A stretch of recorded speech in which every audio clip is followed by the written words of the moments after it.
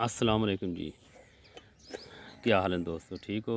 मज़हर अमीन अर्ज़ कर रहे हैं सर जी। अज मैं तुहानू असी अपने तरीके नाल जो ला रहे हैं पनीरी, वो मैं तुहाडे नाल शेयर करना चाहना हाँ। सबसे पहले तो तकरीबन प्लेन ज़मीन ते असां तकरीबन बैड बनाता, उनकी ईटां लाती, ईटां दी 4 फेरे असी मट्टी लाती और बैड की चौड़ाई 3 फुट रख दी और उस तो बाद लंबाई चाहे जितनी रख लो। 3 फुट बैड की चौड़ाई दे विच 12 थैलियां इस तरीके आ रही है। 12 थैलियां की चौड़ाई दे विच, लंबाई दे विच जितनी ही थैलियां रखी। उस तो बाद थैलियां की भराई करते जुड़ाई तो बाद इनू जी पानी ला देवीदा थैली नूं। जिस टाइम इहदे वत्तर आ जाए, फुल वत्तर इहदे चढ़िया आंदा है, उस तो बाद थैली नूं हत्थ दे उंगल दे नाल उहदे विच थैली सुराख करते, फिर कंपोस्ट उहदे पाई जाती है। कुछ तरीका इस तरीके कर लेने, पहले सुराख करते फिर कंपोस्ट पाती। कुछ तरीके से कि कंपोस्ट चुकते थैली के उत्ते रखते तो हाथ की उंगल नाल आ तरीका है जी, इन उत्तों सुराख कर दिता। कुछ कंपोस्ट थले नप्पी थले चली गई और बाकी साइडों पर कंपोस्ट पाई जाएगी। तकरीबन इंच का सवे इंच का सुराख इनू किया जाता है। उस बाद ये तरीका ये वेखो जी, इस तरीके हाथ की उंगल नाल तो सुराख करता, नप दिता थले साइडों ते कंपोस्ट पाई है बाकी जी। ये वत्तर चढ़ गई है इसी, ये थैलियां वेखो फुल वत्तर है इसी इन्हां दे विच। इस टाइम आगे थैली ये बैड बनाया। ये बिग डैडी की पनीरी अज असी शुरू की है लावनी, बिग डैडी की। इस तो अगली पनीरी जी लावांगे वो होगी जी सुप्रीम की। बिग डैडी पहले सिंध च लगता रही है, पंजाब पहली दफ़ा आया, इस सीज़न चल रही है। इंशाअल्लाह उम्मीद है इहदे कामयाबी मिलसी। और पनीरी लावन का जो हर आदमी का अपना अपना मैथड है पनीरी लावन का, लेकिन असी जी वो इस हिसाब नाल असी पनीरी लाने।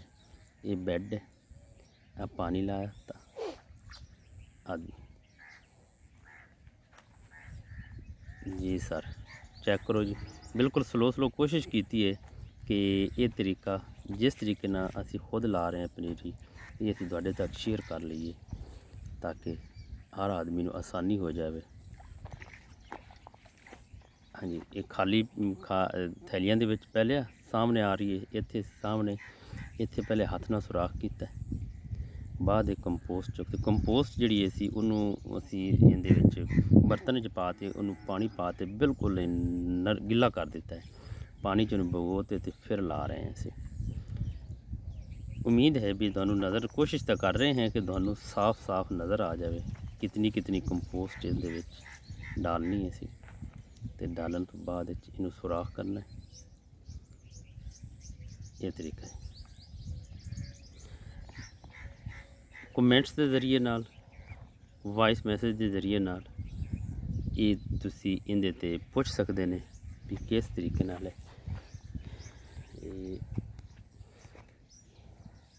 लो जी, ये तरीका है। अब पीछे इस जगह ते सारी कंपोस्ट और सुराख हो गई है। इस तो बाद इहदे असी सीड लावांगे। सीड ला के फिर उनके उत्ते थोड़ी जो कंपोस्ट साइडों पर पई है ना, उनके ये खुश्क पई है, इन्हों अज तक पानी नहीं लाया। यह बैड मुकम्मल करते फिर इनू पानी ला के उस इहदे असी लावांगे बिग डैडी, जिंदी औस दस रहे कि 450 kg पर एकड़ है। हाँ जी, हम सीड असी तुहानूं दस दईए, सीड असी इस तरह लाने। ये सुराख एक बीज रखते, जी साइडों उत्ते रखी पई सी कंपोस्ट, उसनूं हत्थ की उंगल नाल उत्ते मिट्टी वो दे दी। ये 1 इंच बीज तला गया जी थले, 1 इंच मुन्ना इंच बीज इहदे, बाकी दे उत्ते कंपोस्ट है। ज़्यादा असी खुराक कदे नहीं कीते सी, बस ये तरीका है। और अल्हम्दुलिल्लाह इस तरीके नाल साडी बहुत ज़बरदस्त जर्मीनेशन हो जाती है। इहदी भी इंशाअल्लाह उम्मीद है बहुत ज़बरदस्त जर्मीनेशन हो जासी, क्योंकि लोग जिहड़े ला रहे हैं कह रहे हैं कि बिग डैडी की भी जर्मीनेशन ज़बरदस्त है। 90% है गल। تو دعا کرنے ہیں اسی بھی انشاءاللہ ساڈی بھی جرمینیشن اچھی ہوئے گی۔ تاج زرعی فارم چکو کا یہ اپنا جی پنیری لا رہے ہیں، تاج زرعی فارم چکو کا یہ اپنا ذاتی رقبہ جتنے پنیری لاونی ہے، اور اس فارم دا نام ہے سی چکا ہے سی تاج زرعی فارم چکو کا۔ جی سر،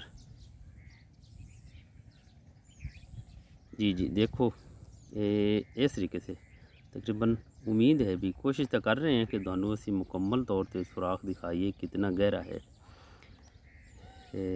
یہ دیکھ لیں، اس میں بیج ڈال کر یہ سائڈاں، یہ دیکھیں سائڈ والی جو کمپوسٹ پہ صرف اتنی کمپوسٹ ڈالتے ہیں، زیادہ سے ہم نہیں ڈالتے اس پر، یہ دیکھ لیں۔ اور یہ تھیلی 4x5 کی ہے، 4 انچ کی چوڑائی، 5 انچ کی اس کی لمبائی ہے، چھوٹے سائز کی تھیلی ہے۔ آج انشاءاللہ بگ ڈیڈی کی پنیری جو ہے تقریباً یہ پیڈوں میں 1500 سیڈلنگ ہو جائے گی، اور باقی تھیلیاں الگ ہیں بھری ہوئی۔ انشاءاللہ 4 سے 5000 بیج ہم نے لگانا ہے۔ جی سر، یہ ٹیڑھے کیمرے سے تصویر بنائیے، ایک سائڈ سے بالکل وہ کلوز ہوگی اور دوسری سائڈ اس کے چوڑائی زیادہ ہے، ادھر سے کم۔ یہ وہی بیڈ ہیں، تقریباً کیمرے کو ٹیڑھا کیا ہے، تو یہ نہ سمجھ لیں کہ ایک سائڈ سے یہ پلاٹ بالکل تھوڑا ایسی اور دوسری سائڈ سے پلاٹ کی زیادہ چوڑائی ہے ایسی نہیں، پلاٹ وہی ہے، صرف ایک ٹیڑھے کیمرے سے تصویر بنا کر۔ ہاں جی، یہ ہے جی، اور دعاؤں میں یاد رکھنا۔ والسلام، مظہر امین چکو۔